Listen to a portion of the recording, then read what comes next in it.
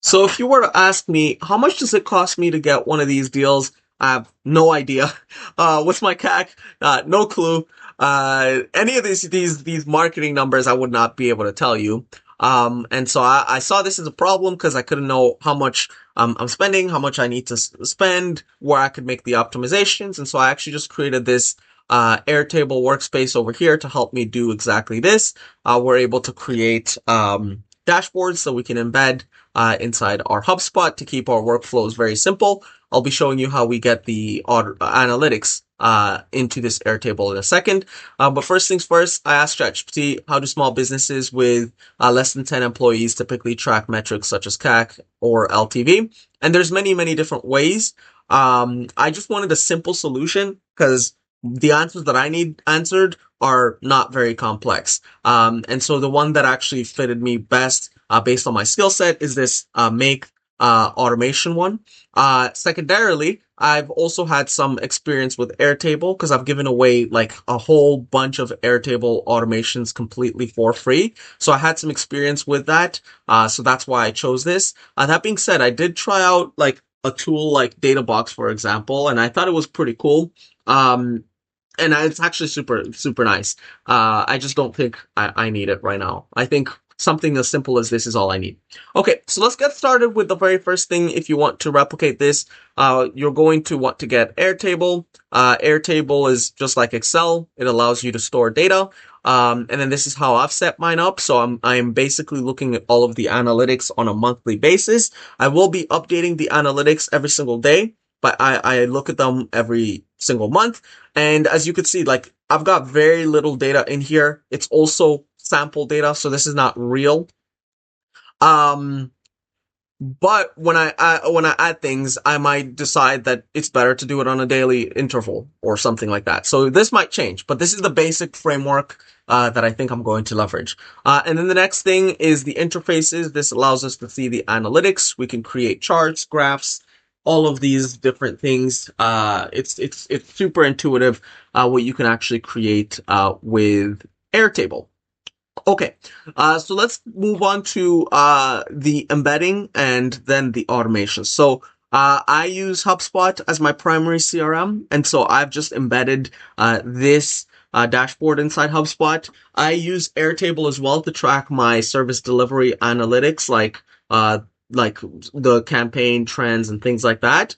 And then this one over here is embedded in my ClickUp dashboard. And so if you're catching the gist here, it's that we're not trying to get like 60 different dashboards that we have to navigate to. We've only got two, the HubSpot one for sales and marketing, and then the second one is the ClickUp one. But Airtable supports those ones with comprehensive analytics. Okay. So let's move on to the automations and how we will create that. As you can see, it's blank. I've not started creating this, but I will. But I already know how I'm going to create it. And so the very first thing that we're going to want to have is all of the metrics from the different sources. And so we've already got really good data tracking in place. So we've got all this data. We just need to extract it. And so first things first, if you don't have a CRM, you should probably get that. I use HubSpot. But there's many CRMs that are also very good. So just use whichever one that you prefer. And what else do we track here? That's really the main thing. It's just a CRM. You can't do this if you don't have a CRM. You're not going to be able to grab the data. Okay. And then the other thing that I would actually consider is making this significantly larger. Adding the number of columns. And that's, I'm not considering that. That's exactly what I'm going to be doing.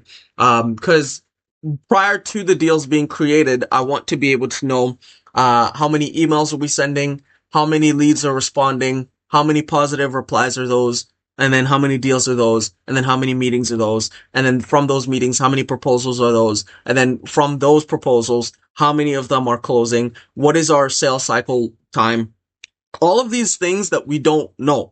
And what this is going to allow us to do is identify bottlenecks. And so if we notice that one of these is like having like a horrible conversion, we can very easily just double, triple, that, and then increase the throughput by double or triple, right? But we can only do that if we have the analytics to justify those decisions. Okay. So let's get started with some of the first things. So deals created. You basically just want to create an automation, and this automation is going to search for the records. So it's going to be a search records. This is going to look at that specific base. So we've got the marketing spend base over here, and you want to use the formula. So Airtable actually has some weird formulas where you have to basically do like these question marks and equals and then like these random things. Um, so just use ChatGPT. Like I don't even remember how this works, but use ChatGPT or go to the Airtable website. It's going to tell you exactly how the formulas work. One way that you can actually just do this is you could just choose the view that you want. So without using any of those formulas, uh, this is how I'm going to set it up right now. You can use the view and then you get all of these dates. And as you can recall, we've got all of the dates in months, right? So we can see the months, right? So this is great.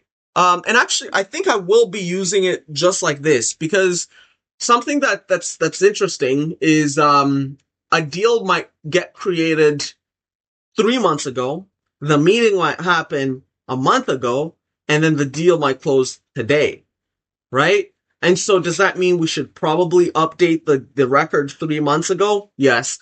So never mind on the whole, if you are going to do it on a monthly basis, the way that I just showed, I would actually just do it like this. This is great. Okay, so now we've got the start dates, we've got all of this stuff, and now we could just go into like HubSpot,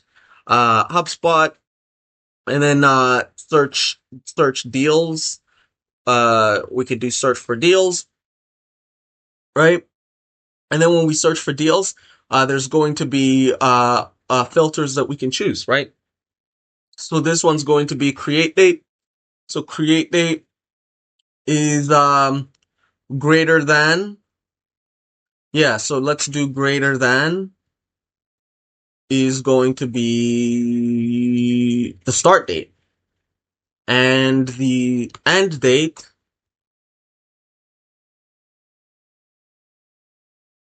oh, it's actually back to the create date. And create date is less than. It should actually be less than or equal to, and create the other way around as well. And greater than, yeah, so it should actually be like this. And then let's just do last month. So let's do contains. So you don't actually want to use this. We just want to simplify what this looks like from our end with regards to getting the data. So let's go. So something happened over here. HubSpot correlation ID was a problem with your request.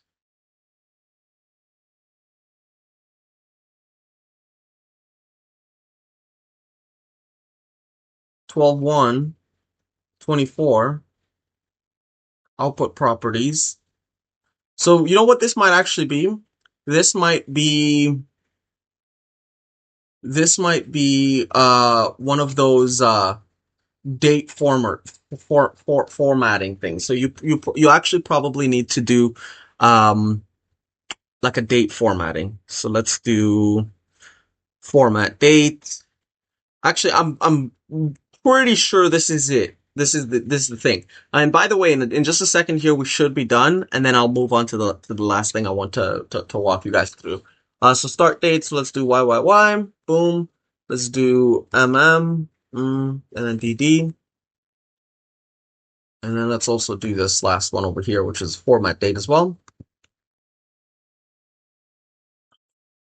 And by the way, how we know this stuff over here is when you do tokens. So tokens make, right? So we can actually just go to make tokens. So this is what we're inputting. So this is the YYY. It's 2024, 4 digits year.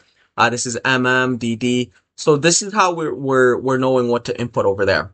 And then we're basing it based on what it says over here. So end date over here. So this is a full month. So if we were to actually just go for the month, it would be 4Ms over here. So we would grab the 4Ms, do that, and then we would look back at it. What is after the M's? It's a space, and then we get the DD, and then after that, it is the 4 years, so YYY, right? So we're basically just saying like, hey, this is what it looks like. I just replicate that. And by the way, it's not a format date, it's a parse date, I just realized. So what format date is you basically want to, take an existing date that we already have and then make it in the format that you want, right? And then what parse date is basically just like, hey, we've got a text field over here, convert this text into a date. And then that is how we now get it to work. So now we've got it, and now like we could see all of the deals created for December. And so it says 10 because we had a limit over here, right? So we had a limit over here. We removed the limit, and then let's actually get the real numbers as to how many deals we created in December. And so boom, we do this. It says 38. How does this match up with the report inside here? So these ones, oh yeah, these are the deals created by the booked meetings. So we did not book all of those into meetings. Hold on a second. Deals created by the booked meetings. I think there's other filters that we've got going on over here.